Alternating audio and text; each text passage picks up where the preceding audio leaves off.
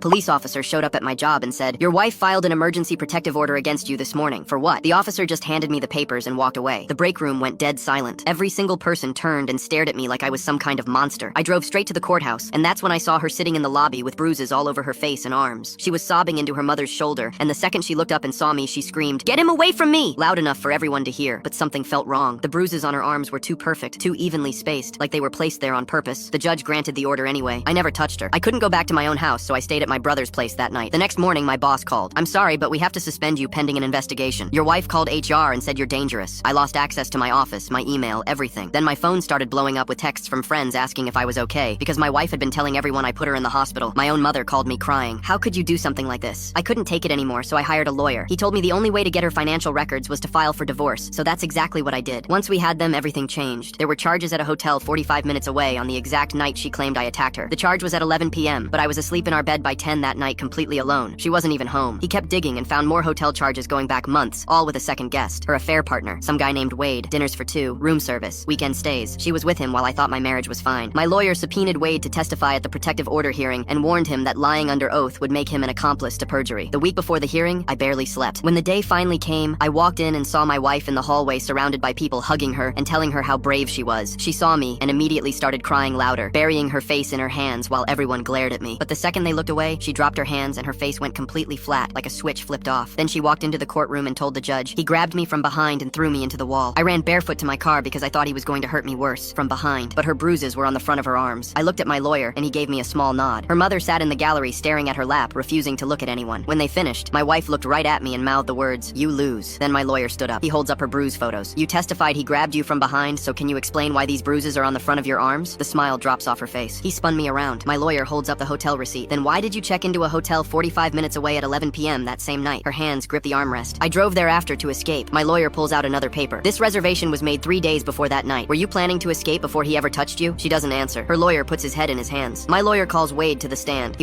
Take a screenshot and scan the QR code, search for the code on TikTok, and watch the second part for free.